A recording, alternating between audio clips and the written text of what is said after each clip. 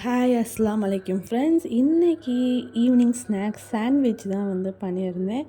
வாங்க எப்படி பண்ணலான்னு சொல்லி பார்க்கலாம். நான் வீட்டில் இருந்த பொருட்களை வச்சு சிம்பிளாக தான் செஞ்சேன். இப்போது பட்டர் வச்சு பண்ணலாம், முட்டை வச்சு பண்ணலாம், அது மாதிரி நம்ம குடமிளகா, வெஜிடபிள்ஸ் நிறையா போட்டும் அது மாதிரியும் பண்ணலாம்.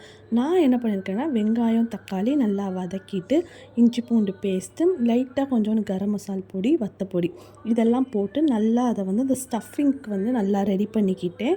ரெடி பண்ணிவிட்டு ப்ரெட்டு வச்சுக்கிட்டேன். ப்ரெட்டில் நம்ம அந்த ஸ்டஃபிங்ஸ் எல்லாம் வச்சுட்டு நான் சாண்ட்விச் மேக்கர் வச்சுருந்தேன். உங்ககிட்ட அது இல்லைன்னா நீங்கள் தோசைக்கல்லில் போட்டு எடுத்து பண்ணிக்கலாம்.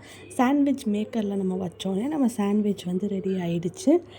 இதே மாதிரி இதில் எக் வச்சு பண்ணலாம், இல்லாட்டி ஏதாச்சும் வெஜிடபிளே நிறையா போட்டு பட்டாணி, குடமிளகா அது மாதிரி போட்டும் பண்ணலாம். ரெடி ஆயிடுச்சு. ஈவினிங் ஸ்நாக்ஸுக்கு நாங்கள் சாஸ் வச்சு சாப்பிட்டோம். நீங்களும் இது மாதிரி ட்ரை பண்ணி பார்த்துட்டு எப்படி இருந்துச்சுன்னு சொல்லி கமெண்ட் பண்ணுங்கள். Bye bye.